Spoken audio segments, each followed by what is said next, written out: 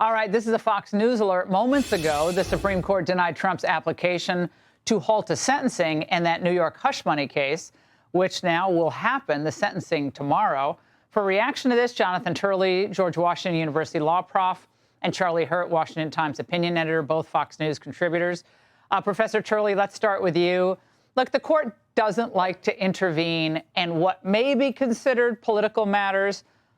Your take on this, then I'll tell you what I think the court should have done.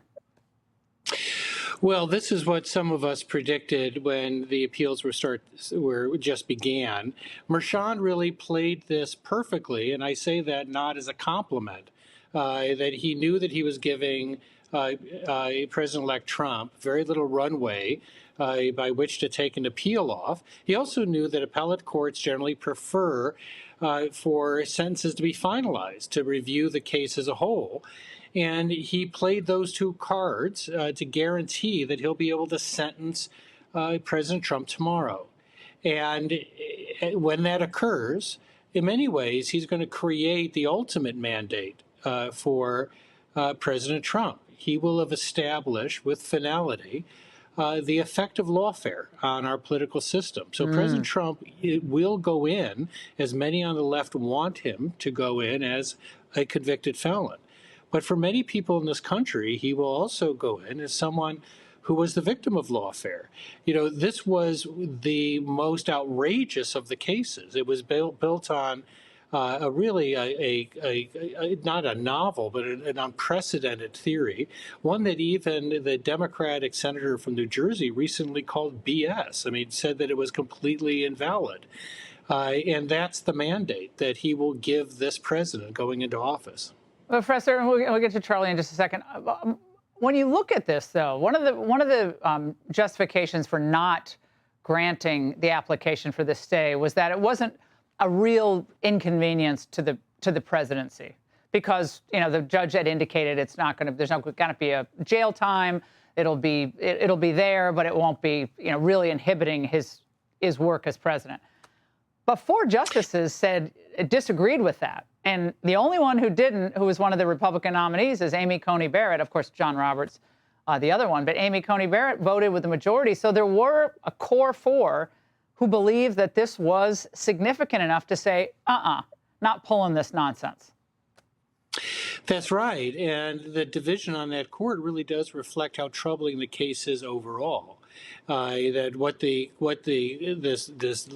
this trial level judge has done in Manhattan is to hold a presidential candidate first, now a president-elect, to his courtroom on a short leash. This is the same judge that gagged the leading candidate for president in a campaign where his case was one of the issues of most concern with voters. And it obviously is an equal concern among at least four justices. Yeah.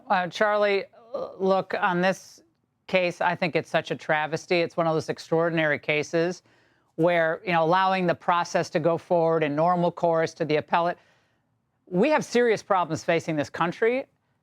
President Trump doesn't need one more thing to deal with. That's my view. And I think those justices saw this for what it was in the dissent. And unfortunately, there are five who, disagreed. But, look, I guess it was a close call, according to Professor Turley. It's an important point, and certainly the point that I think every American, whether you voted for Donald Trump or not, if you're part of that 59-60% of Americans who are express to pollsters that they're hopeful that we can sort of move in a positive direction, they're like, wait a minute, we got all these problems. This is not anywhere in the list of problems that I have. And then, of course, in this particular case, as Professor Turley just pointed out, the real damage here was letting the case go forward in the first place. That's when the real damage occurred here. And the gagging of somebody who's actually running for president, it runs counter to everything that we believe in terms of free speech and running robust campaigns in this country.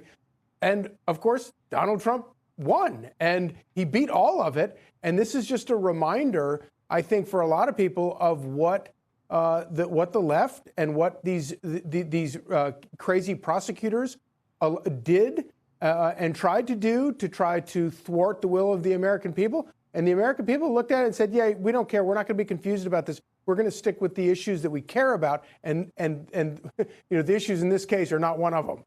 Oh, yeah, and Bragg today, Alvin Bragg was out today crowing about the case, saying how important it is for the country, Professor Turley.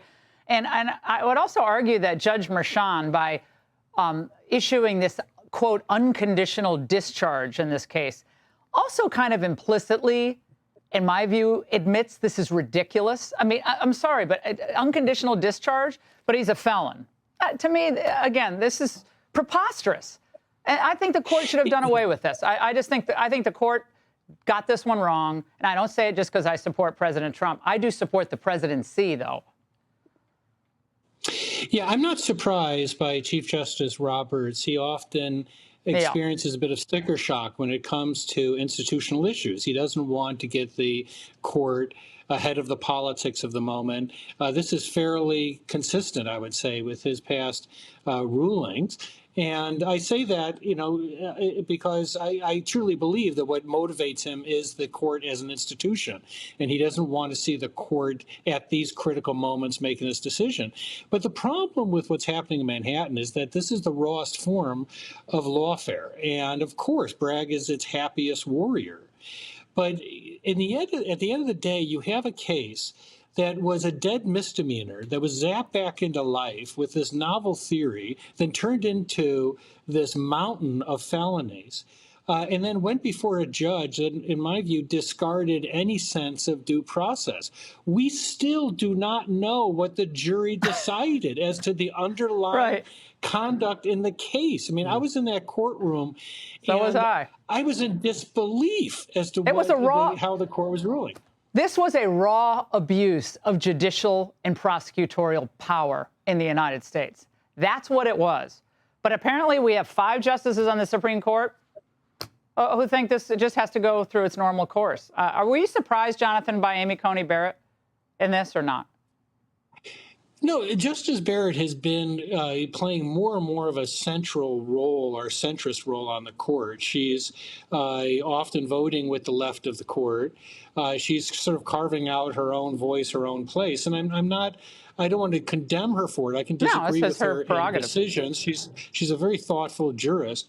And what she did here is consistent with what a lot of appellate judges do. They really prefer overwhelmingly to have these key cases completed, to have the sentence in so they can review the whole case. They hate interlocutory appeals. They hate these things coming up in partial form. And so she's consistent in that regard. Yeah, well, anytime you say interlocutory appeal on the Ingram angle, it's time to take a pause. Panel, thank you. Thank you, Jonathan. I just got CLE credit for that. Thank you so much. Thank you. Click here to subscribe to the Fox News YouTube page to catch our hottest interviews and most compelling analysis. You won't get it anywhere else.